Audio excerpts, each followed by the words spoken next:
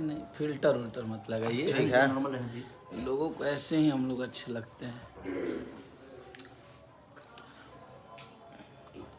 इतना पे हाँ सब कुछ आवा हाँ आवा अनुज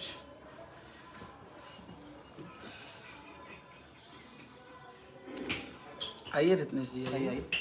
नमस्ते प्रणाम सबके, आप सबके भाई हम अखिलेश कश्यप और आप सब कैसन बानी जा इन एक मिनट ठीक है। आप सब कैसन बानी जा दीजिए इधर हम आते हैं सब लोग आए। हाँ। तो आज आप सबसे बहुत कुछ जरूरी मैथू पर बात करे खातिर हम लाइव है नहीं है और सब लोग जुड़ जाए लाइव में सब लोग जल्दी जल्दी।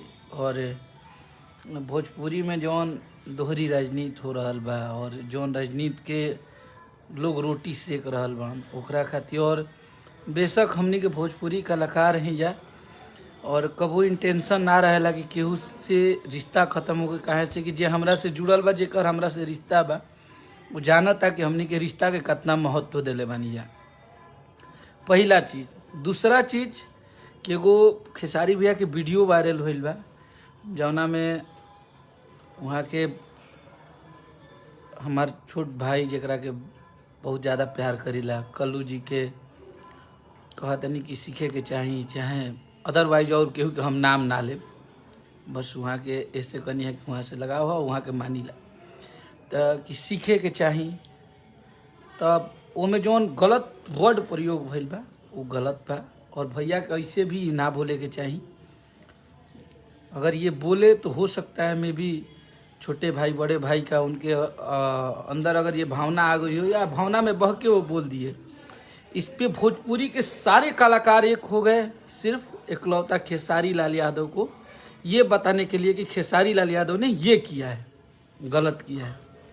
दूसरा पॉइंट, मैं उस मैटर पे आज तक नहीं बोला था और मैं बोलना भी नहीं चाहता था कि मुझे कोई ज़रूरत नहीं है।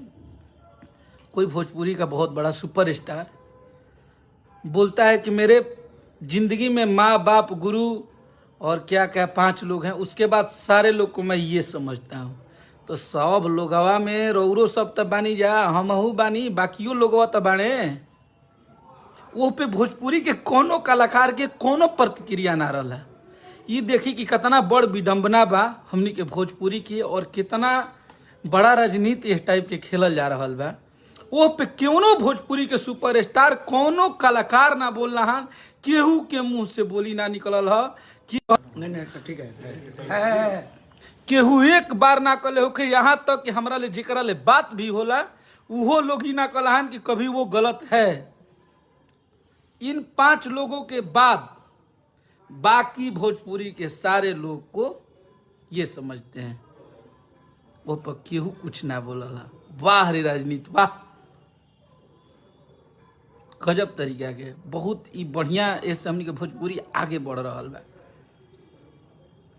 तो ज़्यादा राजनीति कैला के जरूरत नहीं है। और सच्चाई ये है कि हम कल लाइव आइल रही और हमरा पता चलल तो हमरा बहुत तकलीफ लागल और समर भैया के हम फोन भी कैले रही, समर भैया के मैसेज भी कैले रही हम। और रहल बात समर भैया के आज लाइव देखनी है तब वहाँ के कहनी है कि हमार नंबर वायरल कर दिले बड़ा। तो सरस्वती पुत्र है लिखते हैं, उनकी कसम मैंने आपका नंबर कहीं दिया भी नहीं है। और आपसे मुझे बस तकलीफ इस बात का लगा कि आपको हम बहुत ज़्यादा प्यार करते थे।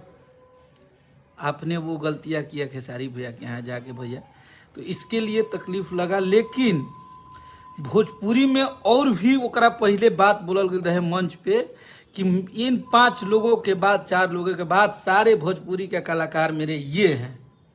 भोजपुरी का सबको मैं किसी को ये समझता हूँ तो मैं हमहू बानी, यहाँ के रील वाला हैं भैया इहों के बानी, नितेश भाई न्यूज वाला हमें, ये मेरा भाई पटना का बहुत बिजनेसमैन है तो ये भी हैं। तो ए पे केहू ना बोलल ए से कि वही जा बोले के औकात नहीं खे। ये भोजपुरी के सबसे जानता नहीं सिंपल पॉइंट का हो गई बा, खेसारी लाल यादव के बारे में बोल दो हिट हो जाए। ये एगो ट्रेंड चलल बा भैया, सही में जैसे रील पर ट्रेंडिंग में गाना चलता तो एरो लग जाता नू, वही तरह ये ट्रेंड चल दिले बा। हाँ कि खेसारी लाल यादव के बारे में बोलिए और आप चर्चा में बने रहिए। तो हमनी के अपना काम से जवाब दिला जाए, अपना मेहनत से जवाब दिला जाए और हम ये कोनो कुछ ये एथु पर मुद्दा हम ये नहीं कि हाँ मैं खेसारी भैया को प्यार करता हूँ, ये जग जाहिर है। बाकी आप लोगों को भी बहुत ज़्यादा हमसे लगाव था और मैं जान से ज़्यादा आप उनसे कहीं इतना भी कम और ज़्यादा का प्यार नहीं था हम लोगों में। ये सारे लोग और ये हम लोगों की एकता को भंग किया गया है। जो हमारे साथ लोग काम करते थे, जिनके साथ हम लोग दिन रात जुड़े रहते थे, उनकी और हमारी एकता को भंग किया गया है। लेकिन कोनो बात नहीं के, बस तकलीफ यही बात के लागेला ना कि खेसारी लाल यादव की सिर्फ मेरे नज़रों में एक ही गलती है।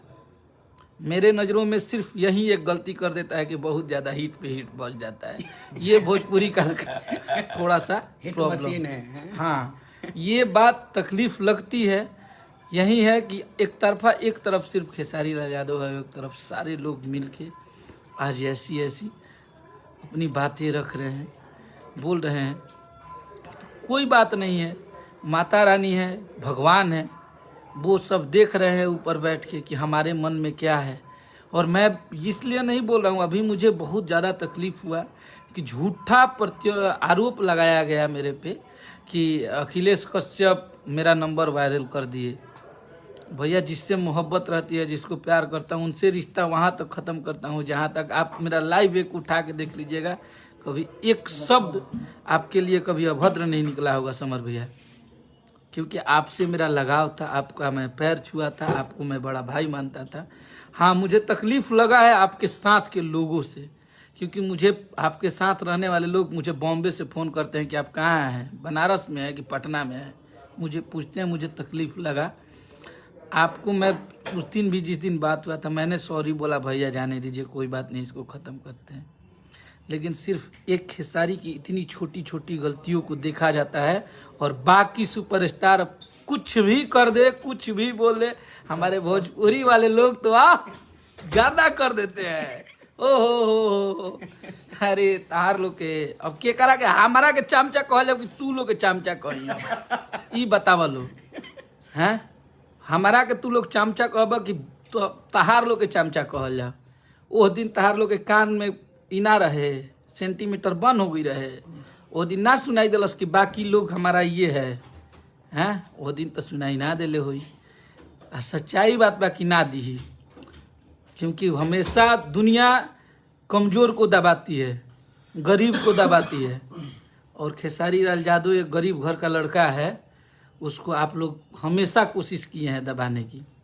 लेकिन जरा संग जानता भी है भोजपुरी के जो हरा और मारती है कि 20 मिलियन 50 मिलियन 100 मिलियन ले जा उड़ा, तो वो वाला स्थिति है जिसके जिसके साथ पब्लिक है भैया, भगवान जनता है।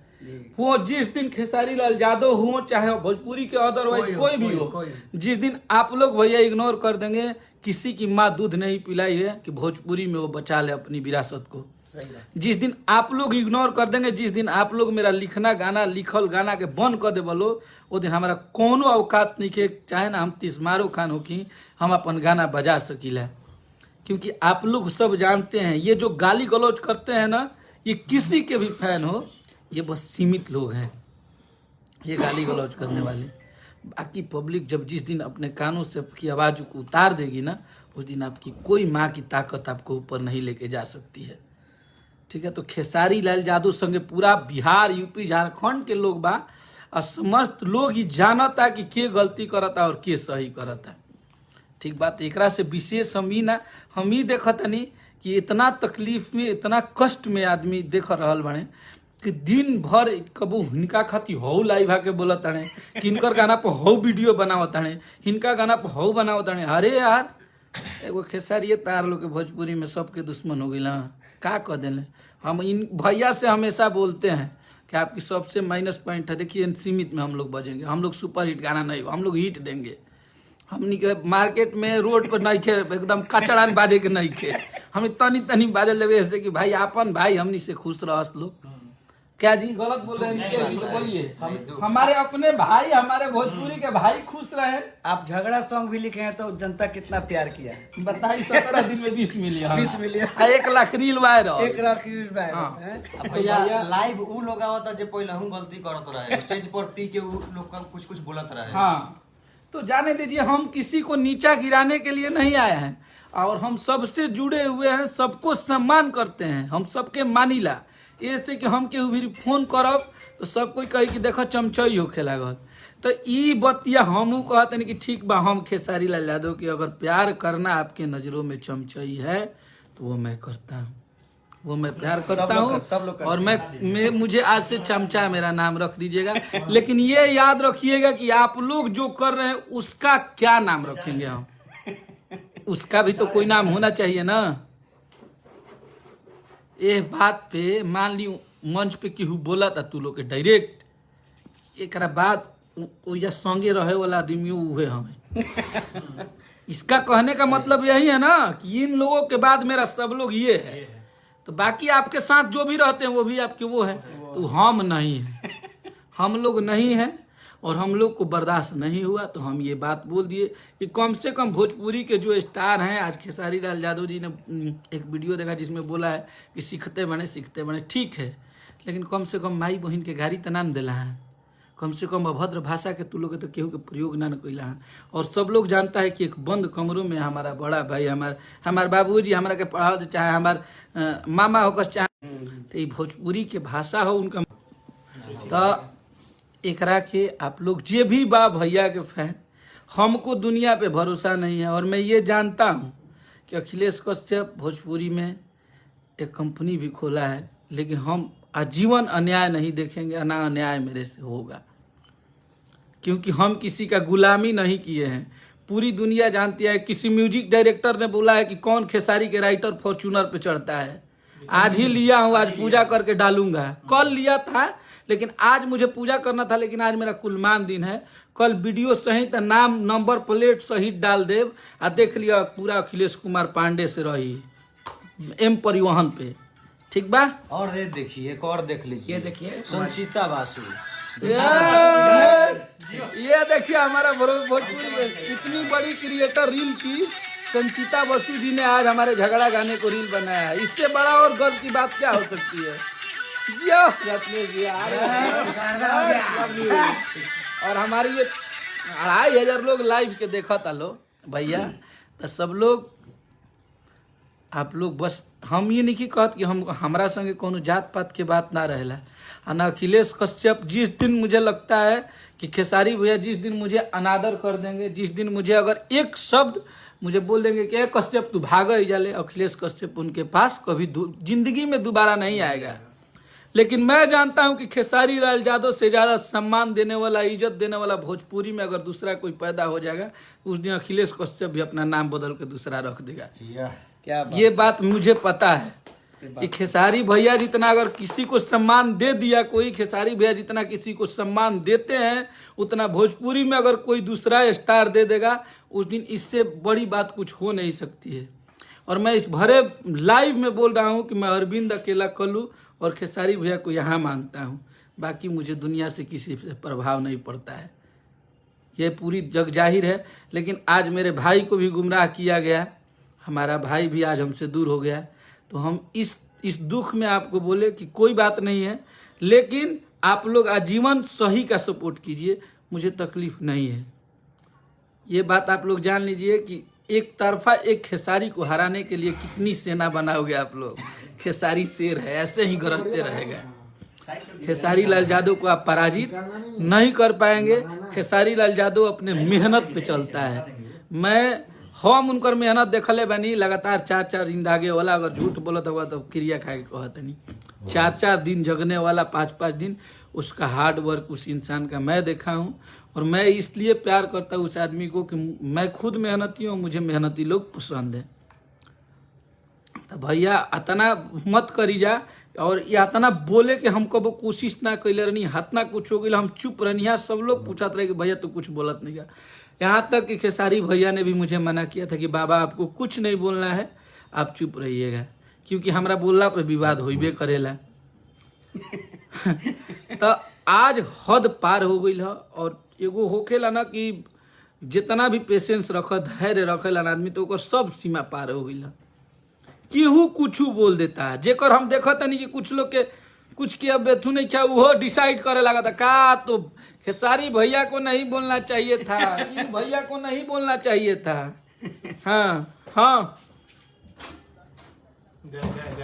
हाँ गए, इनको ये नहीं बोलना चाहिए। मैंने का हव तू हाई कोर्ट के जज हव, कि एक तरफा निर्णय करे ला। अब वो दिन लाइव में का है में गई रहे, अब यही पर बोल दे तो फिर विवाद हो जाए। हे कान के ठेपी खुलल ना रहे जो यही कहल कि ये लोग के बाद हमें लोग के हइये बुझिला। वो दिन तार कनवा में हमें का गई रहे, वो दिन ना, वो दिन तारा भोजपुरी ले प्रेम ना रहे। वही दिन यही बेरा जन्म ले लावा, पहले दिन जन्म लेते खेसारी जी के सुन ले लावा कथा कहानी कि खेसारी जी ने गलत और ये भैया सही। हाँ यही बेरा तब बस अब कदा लोग अब जितना भइल ना उतना होके गया। और भोजपुरी मिठाई चीज है, भोजपुरी कलाकारी है, एमे मार झगड़ा ना होला। ठीक बा, तब एकरा में जो अगर ई लागता इहो अगर लागत होई कि केहू केहू से कम बा तो ठीक बा, इहे क लिहल जाओ। अब हमहू तो आ गइल बानी यही औकात पे, जब इहे करे के बात तो लड़िए फरिया लो। लेकिन दू तरफा बात ना होके के चाहिए। हाँ अगर कोई गलत है तो मैं मानता हूँ कि गलत है। चाची के बाची सपनवा में आती उस गाने का रैपर गलत था, गाना गलत नहीं था, मैंने उस गाने को बंद करवा दिया। हाँ मैं माना कि उस गाने का रैपर गलत था, गाना बंद हो गया। तो हम अपन गलती अगर करीला तो हम एक्सेप्ट करीला कि हमार गलती रहे। अगर केहू लड़का के लाइव में हमार दोस्त साथी लोग हाथ छोड़ दिले रहन जा, ओकरा खातिर भी सॉरी बोलनी कि हमरा ले गलती भइल बा, इ ना होके के चाहत रहे, जो कि हम कभी हाथ नहीं छोड़े थे, फिर भी मैंने सॉरी बोला। ठीक बा, तो हम अगर गलती बानी भैया तो तू लोग इंसान बड़ा लोग, तू लोग डिसाइड करवा लोग। लेकिन आपका खेसारी अकेला है और आपकी वो भी उसको बहुत ज़्यादा ज़रूरत है। और आज उसका गाना रिलीज हुआ है रोमांटिक राजा, उसको इतना प्यार आशीर्वाद दे दीजिए कि उससे ये ना लगे कि ये एगो कहाऊ तो भोजपुरी में कि हाथी चले बाजार आ कुत्ता भूखे हजार। तो ये लोग यही तरीका करत रहे, अनुबम बमात रह। और माता रानी के कृपा सब पे बनल रहे। और हम ही सिर्फ ये से कनी है कि हम एक बार कुछ लोग के देखनी है स्टेटमेंट लाइव वीडियो, हमरा बड़ी तकलीफ लागल कि अखिलेश कश्यप खेसारी लाल यादव कैसे किसी को बोल सकते हैं।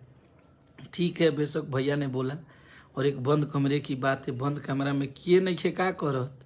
हाँ वो तो केहू भी केहू पहुँचा तो केहू के वीडियो बना दे। ठीक है भैया ने बोला, भैया के माइंड में क्या आया क्या नहीं, भावना में बात क्या था कोई नहीं। हाँ लेकिन ठीक है बोले वो ठीक है, लेकिन ओखरा ले रहुआ सब दिल से बताई जा कि हई बतिया कितना बढ़िया लागता। वो बतिया ठीक बा, वो सीखे के कला हन, कहे से कि वो बहुत गलती कर दिले बाने, सीखे के कह दिलन तो ओकर सजा मौत बार हुआ सबके नजर में। लेकिन हे बतिया के सजा का होके के चाहिए कि हई चारों लोग पांचों लोग के बाद हम यही पर बुझिला मैं जाना के ई बतिया निमन लागत हुई तू लोग के, कहे से कि तू लोग के अच्छा लागेला ये कुल। हम जानते नहीं नो निमन एगो कौन ना निमन गीतिया गाई ना दरबार धैले जाए उहे बात बा। तो भोजपुरी है बा, आप सब आशीर्वाद प्यार दी जा। हम कबो ना चाहत रहनी है कि अब लड़ाई झगड़ा हो, कहे से कि हम अपना काम पर बहुत ज़्यादा फोकस कर दिले रहनी है और गाना बजाना पे बहुत ज़्यादा फोकस रहा। और अभी भी बा बहुत सारा गाना आप सबके कश्यप हूँ, भगवान माता रानी चाहेंगे तो बस आंधी तूफान आएगा ही आएगा। तो बस आप सब ऐसे ही आशीर्वाद प्यार देते रह जा। लेकिन अभी जितना भी खेसारी भैया के फैन बाड़े, जितना भी लोग बाड़े, हम ये कहब आप सबसे कि अपने सुपरस्टार को कमज़ोर मत होने दीजिएगा, क्योंकि वो आप लोगों के भरोसे चलता है। आप लोगों पे वो भरोसा किया, अगर आप लोग से भरोसा उसका उठेगा तो वो भोजपुरी में नज़र नहीं आएगा।